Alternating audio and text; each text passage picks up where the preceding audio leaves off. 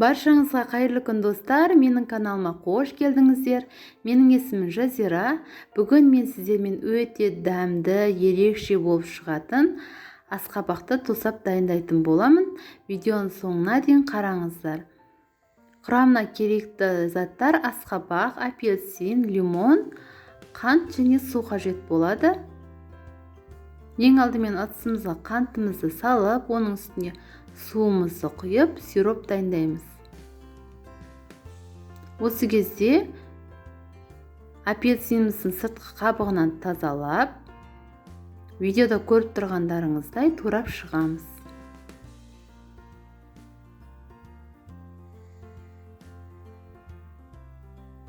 Мінекей достар, дәл осылай турап алып, сиробымыздың үстіне салатын боламыз.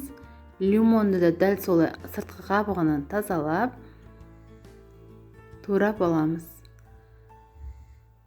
Біздің тосабымызға апельсин мен лимон өте ерекше дәм береді.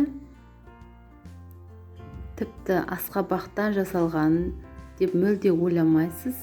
Сіздер де міндетті түрде жасап көріңіздер. Мінекей сиробымыздың үстіне лимонымызды салып, жақсылап қайнатамыз. Осы кезде асқабағымызды турап аламыз. Асқабақтың құрамында өте витаминдерге толы.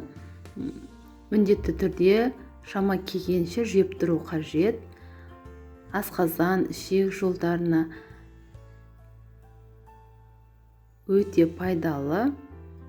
Тіпті асқабақтың дәнегі де адам денсаулығына пайдалы. Мінекей достар, асқабағымызды көріп тұрғандарыңыздай ұсақтап турап шықтық. Енді қайнап тұрған сиробымызды үстіне салып, 30 минутты қайнататын боламыз.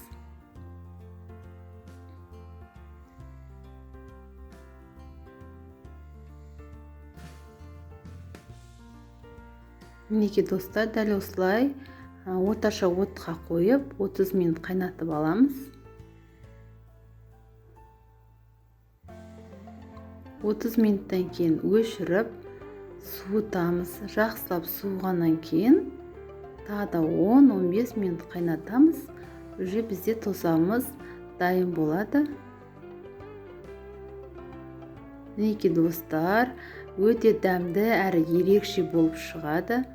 Тіпті бізде асқабағымыз қалай турадық дәл солай шығады, мүлде езілмейді. Міндетті түрде жасап көріңіздер. Сіздерге де ұнайтынына сенімдімін. Видеоның соңына дейін көргендеріңізге үлкен рахмет.